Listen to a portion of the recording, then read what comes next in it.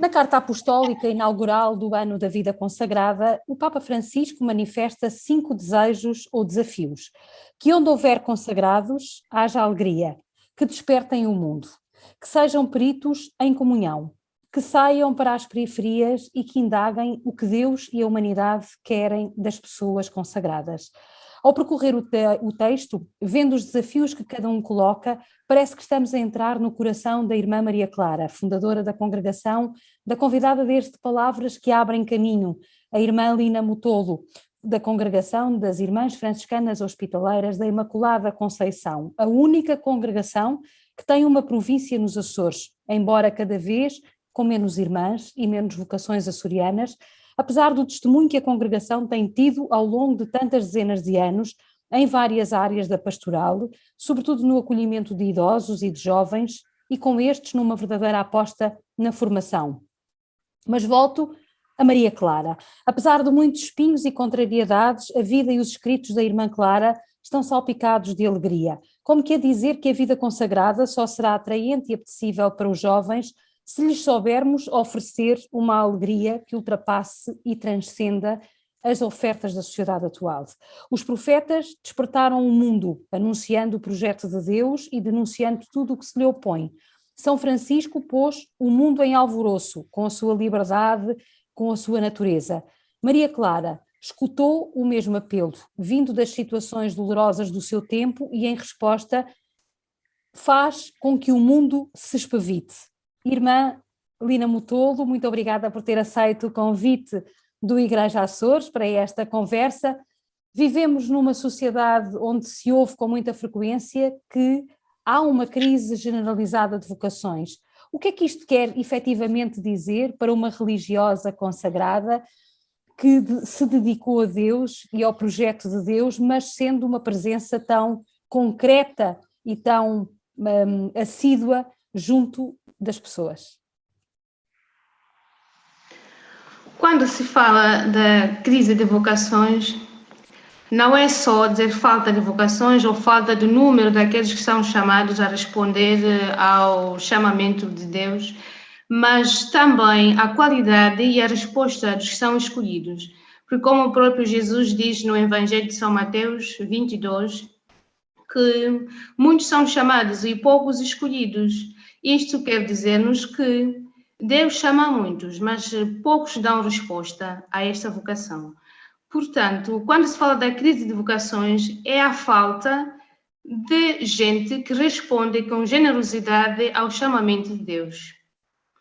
E esta crise também se liga à crise de famílias, que quer dizer que quando as famílias são fragmentadas ou quando não há famílias comprometidas, também há vocações que não são comprometidas, quer dizer, falta vocações seguras, vocações sérias, vocações que respondem com responsabilidade e com convicção. A Santa Teresa de Jesus dizia que o nosso ganho não está em sermos muitos, mas em sermos santos. Será isto que a humanidade espera dos homens e das mulheres de vida consagrada, dos homens e das mulheres da Igreja, e que não o vendo muitas vezes descrê e não quer seguir essa via?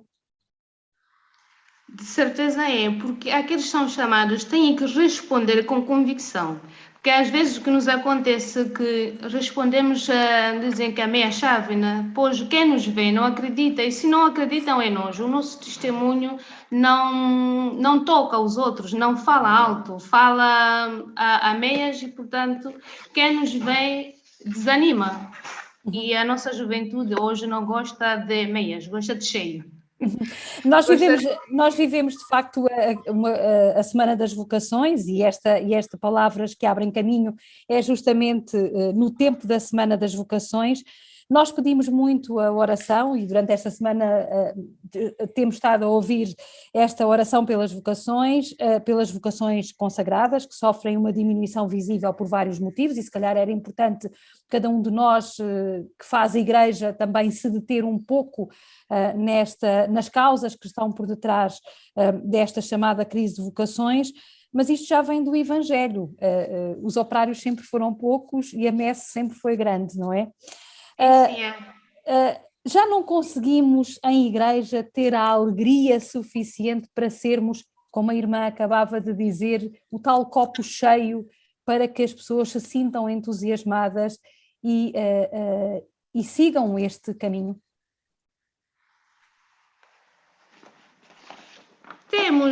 Temos que dar mais. Dar mais é, com o meu testemunho de vida, eu procurar transmitir a alegria. A alegria não é impossível. É possível quando eu me dou com satisfação, quando eu me dou com generosidade. Tal como diz o Papa Francisco, quando diz a alegria de anunciar o Evangelho. Não é só chegar a ler a passagem do Evangelho, é a minha abertura de coração, a aceitação daquilo que eu sou, mostrando para os outros a capacidade que eu tenho de receber e transmitir Deus. Porque o que nos acontece, pessoalmente digo, quando a gente vê uma cara de uma religiosa, ou de um sacerdote, ou de um consagrado meio triste, pensamos, ok, o que é que aconteceu? Por que é que esta pessoa está insatisfeita? Não está feliz na sua vocação? Portanto, a alegria é possível se nos agarrarmos e correspondermos ao chamamento de Jesus e mostrar Jesus aos outros, não nós. Quando a gente vai evangelizar é para mostrar Jesus e não a nós próprios. Uhum. A irmã lida todos os dias com crianças, aliás, a congregação está muito ligada ao mundo juvenil. Como é que são os jovens de hoje comparando com o seu tempo? Porque a irmã certamente também teve alguma influência do ambiente familiar, do ambiente da sua sociedade onde se inseria, das suas relações sociais. Como é que são hoje os jovens em comparação? Eu acho que são mais exigentes. Falando, são mais exigentes, gostam de coisas sérias, gostam de ver-nos sérias naquilo que nós fazemos, naquilo que nós falamos, que dizemos, porque é tal testemunho que eu dizia atrás. Eu também passei por isso, pela família que me transmitiu com convicção. Só dizendo, não é só a família, mas a comunidade também faz falta. A minha vocação nasceu numa comunidade que me ajudou bastante, porque a minha família não era cristã. Então, quando tive a vocação de ser religiosa, foi totalmente num ambiente que não era cristão. E quem me apoiou foi a comunidade cristã, que quer dizer, a juventude gosta de ver gente grande, madura, satisfeita, exigente e que corresponde, que é fiel àquilo que diz e àquilo que faz. Portanto, a fidelidade e a coerência no que dizemos, no que fazemos, é muito importante. Uhum. A irmã, quando é que descobriu que era esta a vida que queria seguir? É 1992. Muito bem. E não era batizada, não era cristã ainda. Depois fui Sim. batizada, que fiz o caminho de cristã, segui a vida religiosa, comecei a participar nos encontros vocacionais, mas nem sequer era cristã, não sabia que ia um dia ser franciscana hospitaleira. Então, como é que surgiu tudo? Como é que foi esta descoberta, este processo de discernimento? O processo de discernimento partiu do momento que, no grupo da escola, eu estava no 5º ano na altura, as minhas colegas iam à catequese e elas convidaram-me, não queres vir à nossa catequese? Realmente deixei-me levar e eu fui à catequese com elas, comecei a participar e nesse sábado fomos convocadas a ir cantar numa paróquia. Também fui com as amigas, só que como a minha família não era cristã, isto não durou muito, desisti. Depois, a catequista de tal grupo insistiu, disse assim: a vossa colega nunca mais apareceu, veio uma vez, depois desistiu. Elas chamaram.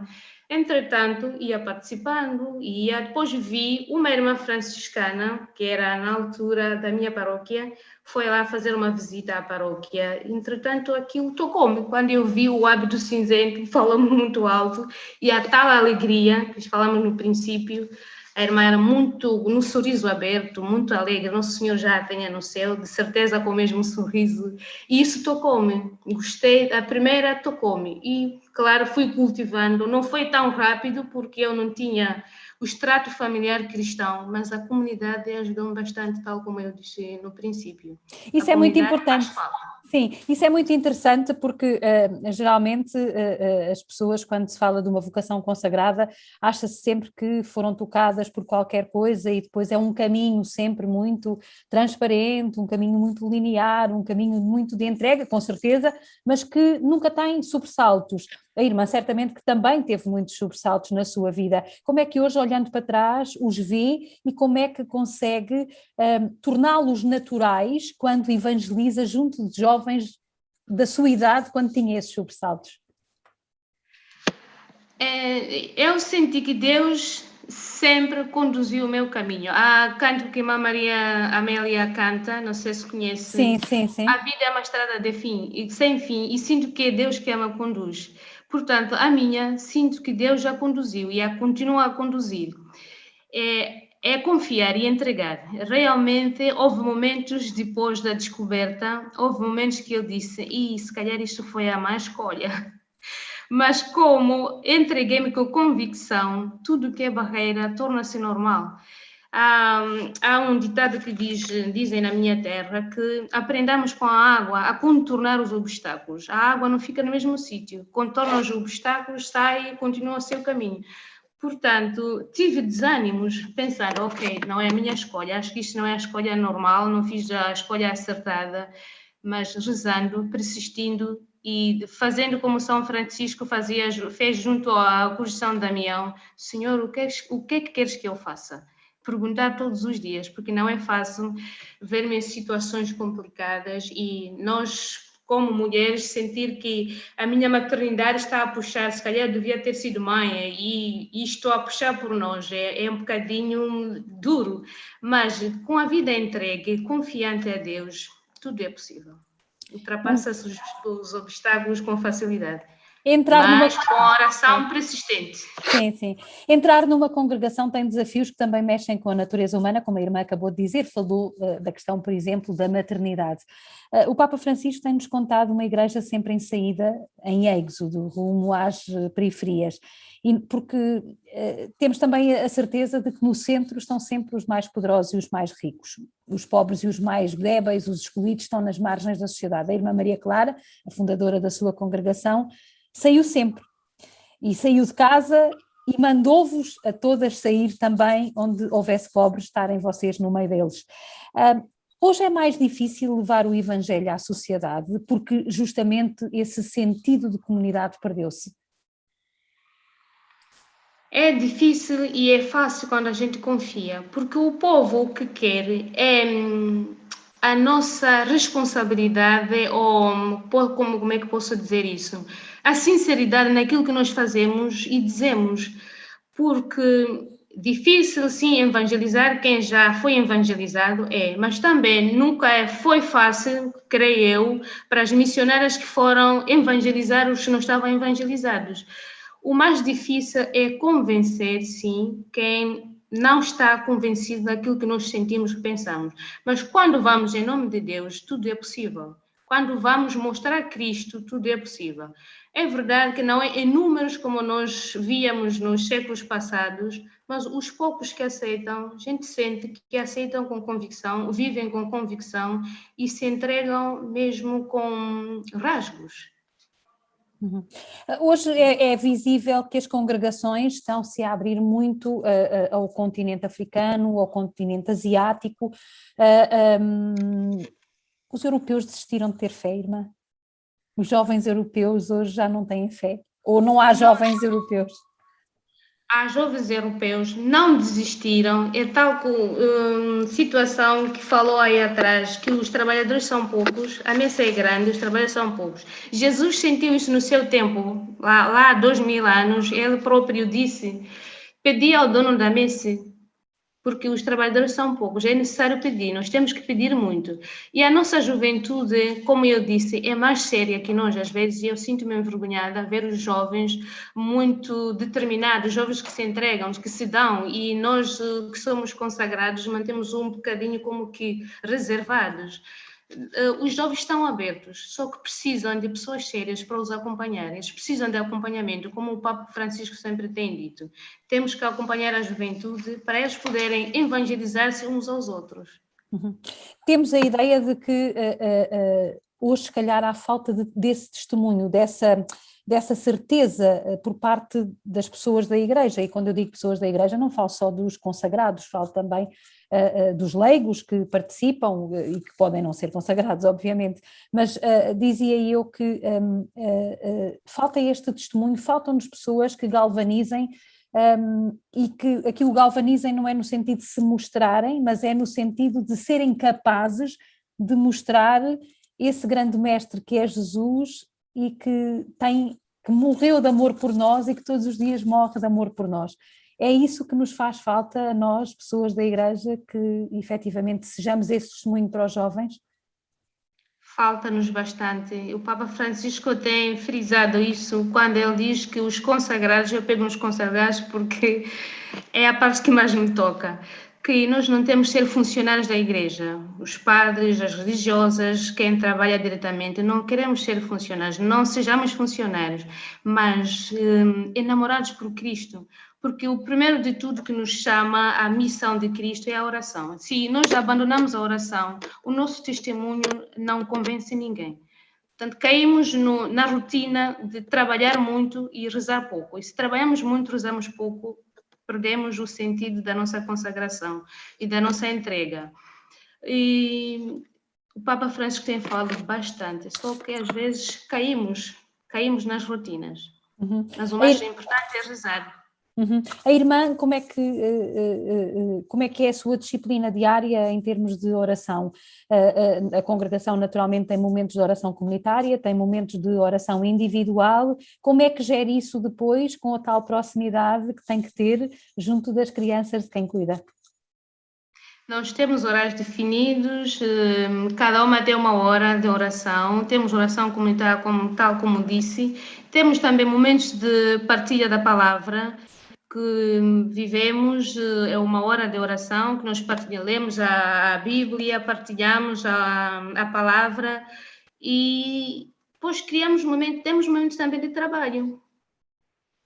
E Portanto, no nosso dia a dia temos uma hora de oração pessoal, temos por semana uma hora de partilha da palavra fora daquela oração que nós fazemos pessoalmente. Depois temos oração obrigatória, como assim posso assim dizer, que a igreja estipula para nós rezarmos, que são as laudes, que são as vésperas e as completas. E assim vivemos, aproveitamos o máximo o tempo da nossa oração, porque sem ela não somos nada.